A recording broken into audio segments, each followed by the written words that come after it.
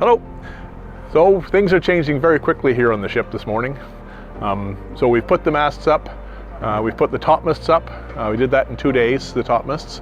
And now we're going to start to bend on sail. So as small as that sentence is, there's a whole lot that has to be done.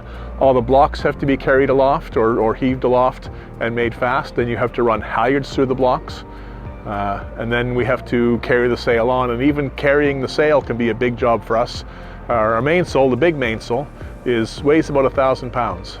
So that takes all hands, and to carry that from the back of the truck and get that on board. You can see here's the jumbo sail. This is one of the smallest sails on the boat, but they're built incredibly strong and to withstand, winds of 100 knots or more.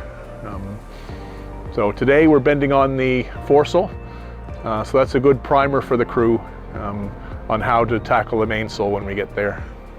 So we were talking with the crew last night about perpetual imposter syndrome.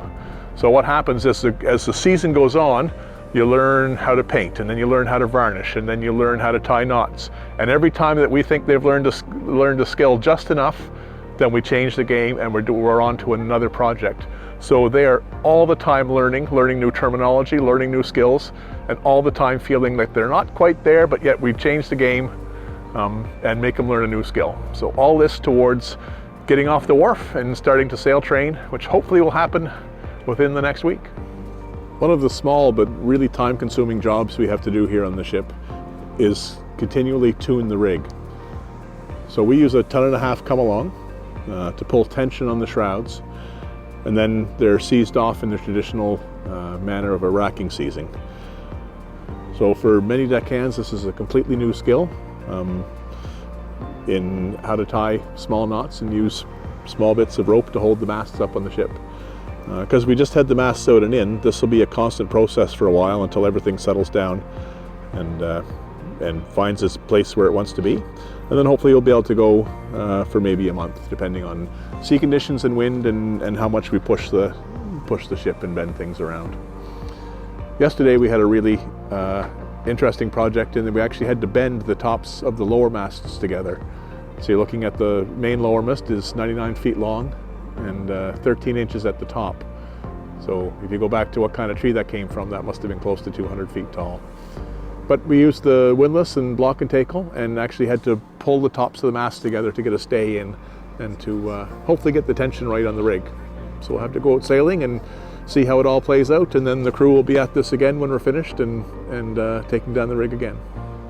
This week's program has been a little bit different. We've been concentrating on bending on sail and getting ready to go sailing. We got the mainsail aboard this week, and then we've also been moving aggressively towards being ready for our regulatory inspections. We have a couple of inspections this week. The first is a radio inspection, where an inspector will come and he'll look at all our communications equipment and all the material that we need to support communications from a modern vessel. We use satellite communications with telex, we use long-range single sideband radio, and we use VHF radio. We also have a number of automatic systems that track the ship and broadcast where we are to ships around us. So that will all be inspected, and then we'll have an overall inspection from the American Bureau of Shipping. They have their own rules that they imply upon us, and they also have the Transport Canada safety rules. So the inspector will come and he will actually witness us do a man overboard drill, an abandoned ship drill, a fire drill. He'll witness us anchor. So we've been training the crew. This past week has been the culmination of their training, where they've learned how to do a man overboard drill on this ship. So we've done that over and over and over again. We've done fire drills over and over and over again, and abandoned ship drills as well. So hopefully we all meet muster tomorrow and we'll pass the inspection, and then we'll move on. It doesn't mean the end of our training by any stretch of the imagination. We'll keep training, we'll keep getting better and better and better at what we do, and in all kinds of different situations.